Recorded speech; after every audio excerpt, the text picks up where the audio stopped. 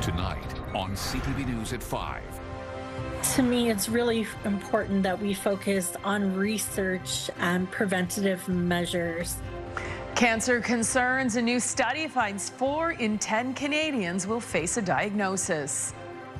Send people home with homework. They have to write up the story to talk about who owned this in their family. And antiques appraisal. Dartmouth's Heritage Museum puts family finds under the microscope. It's a wet night for the Maritimes as the weather front moves through. A mix of sun and cloud follows, though, for Tuesday. Live from the Maritimes News Center, this is CTV News at 5. Good evening and welcome to CTV News at 5. I'm Maria Panopalis. Thank you for joining us. First at 5 tonight, cancer concerns. Chances are you know someone who has fought or beat cancer, and sadly you'll probably know even more. New research confirms cancer remains the leading cause of death in Canada, but it's not all bad news. CTV's Vanessa Wright breaks down the numbers for us, and she joins us now. Hi, Vanessa.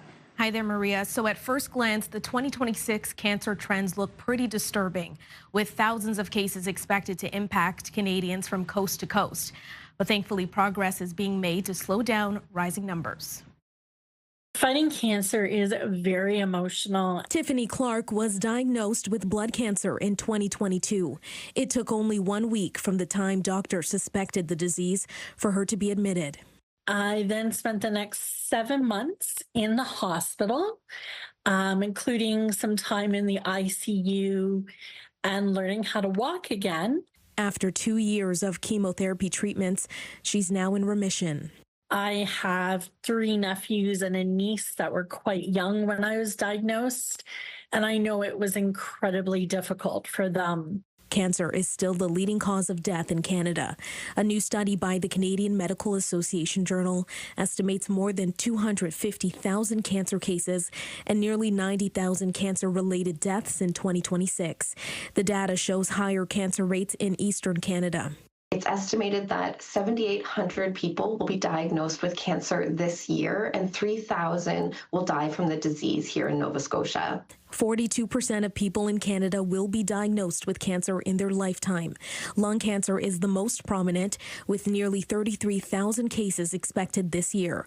Breast, prostate, and colorectal cancer follow closely behind. But there is good news. 2/3 of those cancer types have seen declines in death rates thanks to advances in research and screening. It's really showing the progress around tobacco control and smoking cessation efforts having impact on reducing lung cancer incidence. Even better news, 4 in 10 cancer cases can be prevented through healthy living. These can be things like living smoke-free, being sun safe. I know we had a nice sunny weekend, Sunday. Being sun safe can really be supportive. Having a healthy body weight, eating well, moving more, sitting less, and limiting alcohol consumption as well can really be supportive. An impact that has turned Clark into more than just a survivor, but an advocate. To me, it's really important that we focus on research and preventative measures to try to bring these numbers down. Maria, the study also expects an increase in cervical, head and neck, pancreatic, and uterine cancer this year, which may come as a shock considering those types are almost entirely preventable through HPV vaccination, Maria. Oh, good thing to talk to your doctor about indeed. Thank you, Vanessa. CTV's Vanessa Wright for us in the news center this evening with some important information. Time now to head over to the anchor desk where Todd Battis is standing by with a look at the headlines. Hi, Todd. Hi there, Maria. We will begin tonight with more than 2,000 long-term care workers on the picket line today in Nova Scotia. They walked off the job first thing this morning. Wages, the main sticking point here. Essential services are being maintained in nursing homes, but there will be some reductions.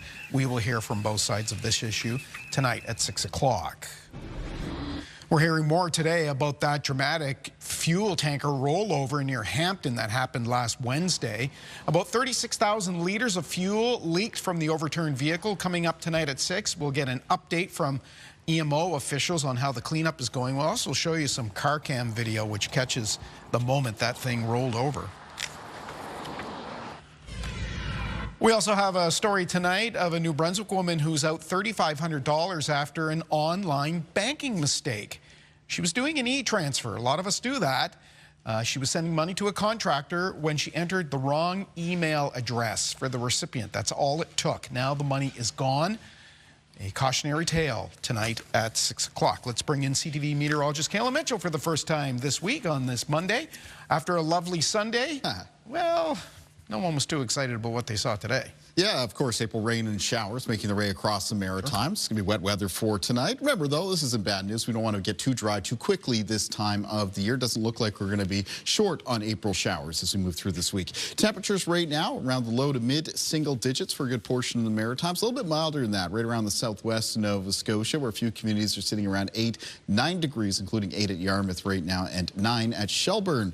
Taking a look at those winds, they're mostly out of the southwest. They're being sustained between around 10 and 30 kilometers per hour. Looking at wind gusts, some of those are in the range of 30 to 50 kilometers per hour, with conditions a little bit more blustery right now up in Cumberland County in the vicinity of Amherst. Some gusts there near 54. Charlottetown and Prince Edward Island with the gusts there near 52 kilometers per hour. And at Sydney right now, a gust near 50 as well. Taking a look at things on radar and satellite. There's the wet weather I mentioned making its way across the Maritimes. It's showing up here in through the green. There is more to come with this weather system as we make our way through this evening and tonight. The back edge of the front, though, just starting to come in and clear the St. Lawrence River Valley in through Quebec. So as we head through tonight, that is going to be making its way east of Nova Scotia, expecting to finish with general rainfall amounts between around 5 and 15 millimeters. And I will have more in the forecast coming up a little bit later on. Maria. Thank you very much, Kaylin. Right now, though, time for a break. When we come back, though, Karen Furneaux is in our hot tub. The former Olympian and mental health advocate joins us for a chat about what she's been up to. We'll also tell you how you could win this $30,000 tub. Don't go anywhere. CTV News at 5. We'll be right back. It's the best night of the year. Join Jose Bautista, Brett the Hitman Hart, and Jennifer Botterill at the Desjardins Sports Charity Dinner April 16th in Halifax. Funds raised support Canadian Progress Club Halifax. For tickets, visit progressclubhalifax.ca. Welcome back to CTV News at 5. So today is the kind of day that proves hot tubs certainly are all weather. Rain or shine, you can get into your hot tub. And that's exactly where our next guest is. She is a 3-time Olympian, 2-time world champion, sprint kayaker, and she's also a mental health advocate, and she's in our hot tub. Hi, Karen. Karen Furneaux. Hi, nice to see you. Thank you so much for having me. It's nice and warm. I'm so cozy. I'm trying to cover you with the umbrella, too, but I guess you're already wet, so it's all good. It's all good. So how's the hot tub, by the way? I love it. You know what? One of the most important things, I think, for our mental health is like a little bit of mindfulness. So this hot tub for this afternoon is just beautiful. Excellent. Yeah. Well, I'm glad you feel that way. We're happy to have you in it. I have to ask you, do you get out onto the water a lot to do any paddling? And I do less kayaking, more stand-up paddleboarding now. So I really enjoy the view of the lake that way. So my partner and I, we do that in the summertime. It's beautiful. I don't think I've been in my kayak for about 2 years. So. Oh, wow. Oh, yeah. my goodness. Well, if you get out, let us know, and we'll come and visit you when you get out there again. I want to talk about physical well-being and fitness. It's such a huge part of your life, obviously, as an Olympian and world champ. But how important is it to your mental health?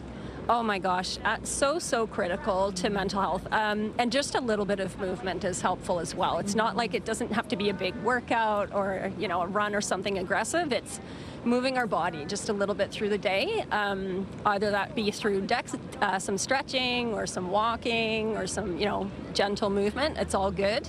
And it really does make an impact. It kind of increases those good hormones that we want to help out our parasympathetic nervous system, which is our relaxation response and helps us to sleep and recover and things like that, versus our stress response, which is pretty suppressed quite a lot these days with, you know, what's going on in the world, but also in our daily lives. We kind of get into that stress response. So good to relax. Good to relax indeed. Now, you've spoken very publicly about your own mental health struggles with bipolar disorder.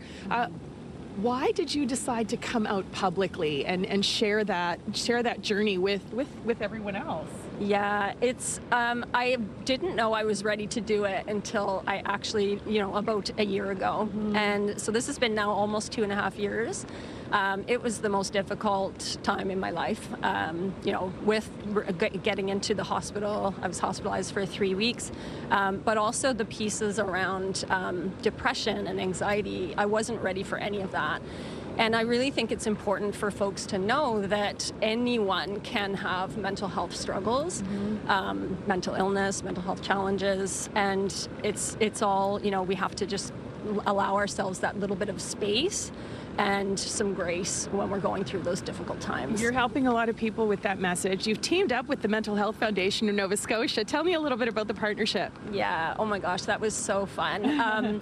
So in 2026, I was the Body Moving ambassador. So that was lots of fun, getting to meet folks and talk about the importance of movement on our mental health. And yeah, the journey, it's a campaign, so there's fundraising all the time for the Mental Health Foundation of Nova Scotia, and they just do such good work through the province. And you're doing good work with them. We're so happy you could take some time and hang out in our hot tub tonight.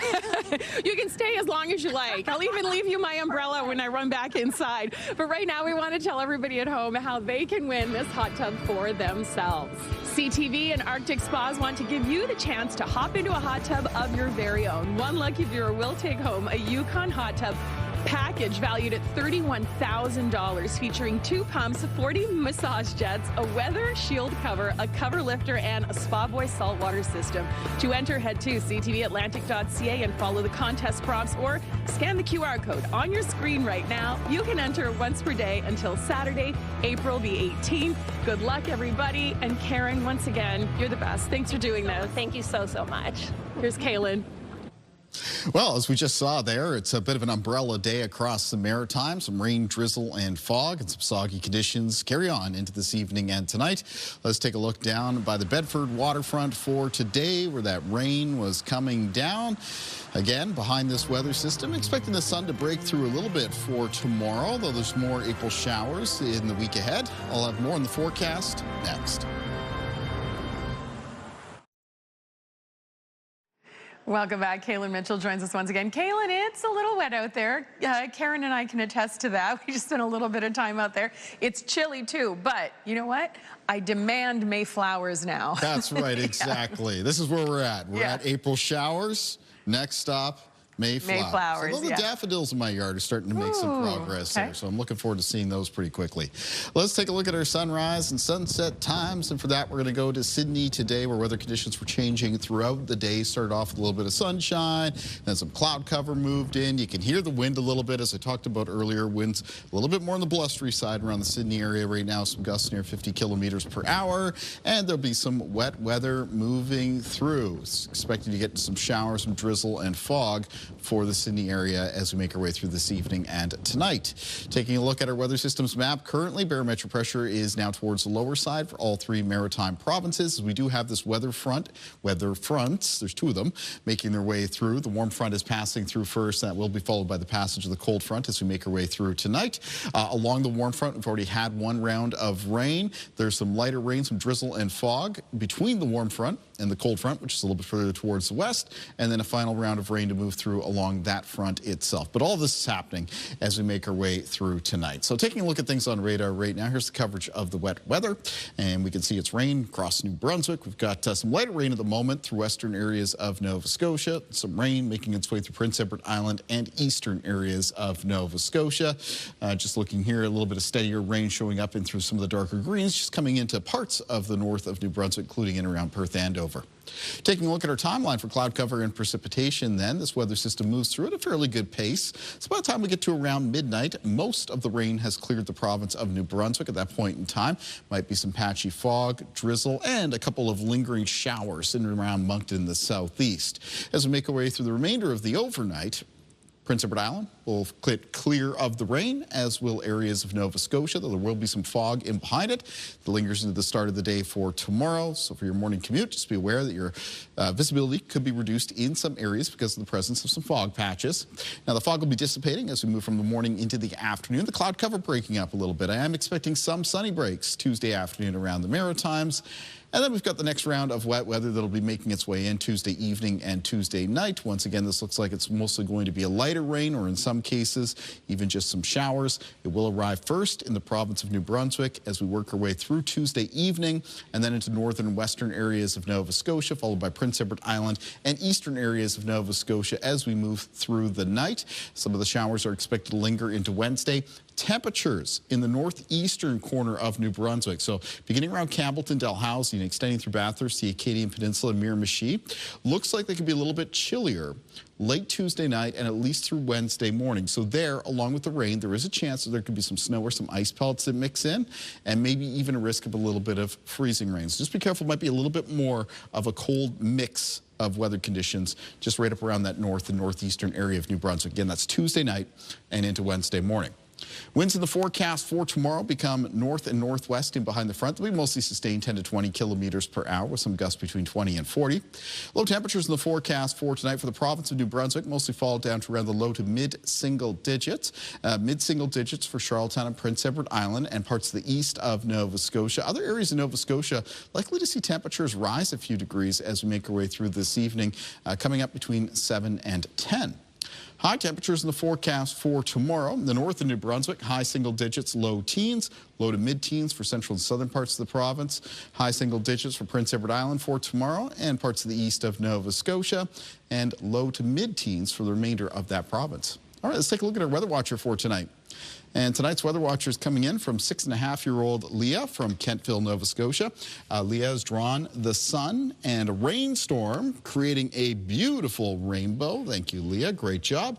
If you'd like to be one of our weather watchers, they can come into CTV Weather Watchers, P.O. Box 1653, Halifax, Nova Scotia, B3J2Z4. Or you can email me, kaylin.mitchell@bellmedia.ca. Maria.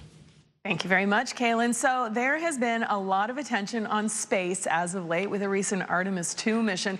But this weekend, the focus shifted to something else in the skies. As CTV's Ava McRae reports, UFOs were the topic of a weekend conference in Fredericton.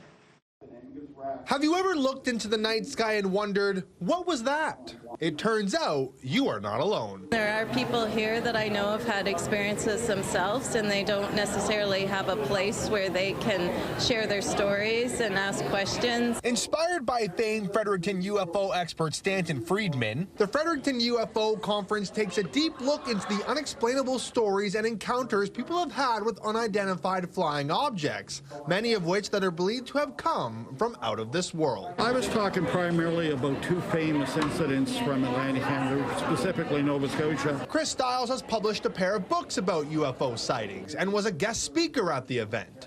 Among his more well-known works is his book on the famed Shag Harbor UFO sighting in October of 1967. It is the world's only UFO crash scenario. There are many claims that is supported in that interpretation by government documents that are freely available and entirely without controversy as to their origin or their authenticity. There has been an increased focus on space in recent weeks thanks to the Artemis II mission that included Canadian astronaut Jeremy Hansen. UFO expert Jim Lawrence says that, combined with recent congressional hearings on the topic in the U.S., have more eyes looking up. The younger crowd is coming in because they're seeing a lot of stuff on TikTok or Instagram.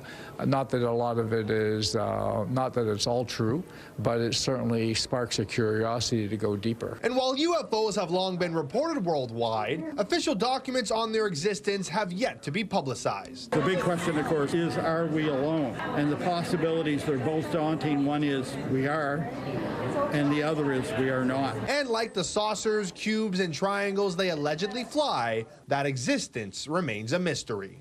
Ava McRae, CTV News, Fredericton. Thank you, Avery. Absolutely fascinating.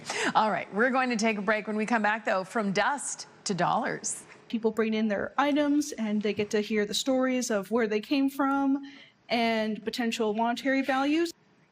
Maritimers bring their family heirlooms to the Dartmouth Heritage Museum over the weekend. It was an antiques appraisal.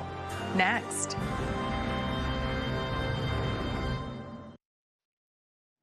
Welcome back. So the Dartmouth Heritage Museum hosted a special antiques appraisal over the weekend. As CTV's Mike Lamb shows us, people brought in family heirlooms hoping they were hidden treasures. We're having our Antiques Roadshow. We try to do these twice a year, so one time in the spring and the fall. So we have two local antique appraisers, Rosemary Beckett and Jim Huey. They've been volunteers at the museum for several years, and they come in and people bring in their items and they get to hear the stories of where they came from and potential monetary values, though we're often more interested in the stories that the items hold, and the monetary stuff is a bonus for the folks who come in. Lots of folks bring their family heirlooms and treasures like ceramics or watches, jewelry, and things like that. It's always cool to see what people bring. I send people home with homework. They have to write up the story to talk about who owned this in their family. And then we have this lovely music box, which has the magnetic ballerina. It's from Japan, probably mid-20th century, and in beautiful shape. So I love doing these roadshows. You never know who's going to bring what.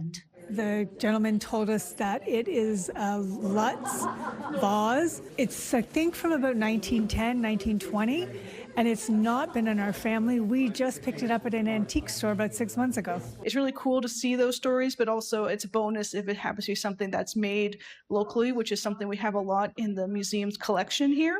Evergreen House, we're here at 26 Newcastle Street in Dartmouth, and currently we're open Tuesdays to Fridays, 10 a.m. to 5 p.m., but we will be opening soon for our summer hours, which will be extended to include the weekends. We have some brand new exhibits here on display, including a beautiful new art gallery upstairs. People are very welcome to check that out. We have a new exhibit on Joseph Howe and his connection to Dartmouth and also the James family, because he was a family friend of the original owners of the house. So there's a wide variety, both from what's being brought in just for the Antiques Roadshow, as well as what's on display here at the museum. Lots of treasures to see. Yeah, you might be sitting on some local history in your own home or attic. Yeah, maybe some hidden treasure there. Certainly a lot of hidden knowledge that I'm sure those experts can help out with and tell the tale of some of those antiques. So tell us the tale of the weather, though, Kaylin. My goodness, it was chilly today. Yeah, or it still is chilly. Temperatures came down a little bit as that rain came down along with it, and we're headed into a little bit of a soggy and foggy night. In some cases, temperatures come up a few degrees during the night tonight. The sun is expected to peek through a little bit for tomorrow, so that will be nice to see as we move into the afternoon.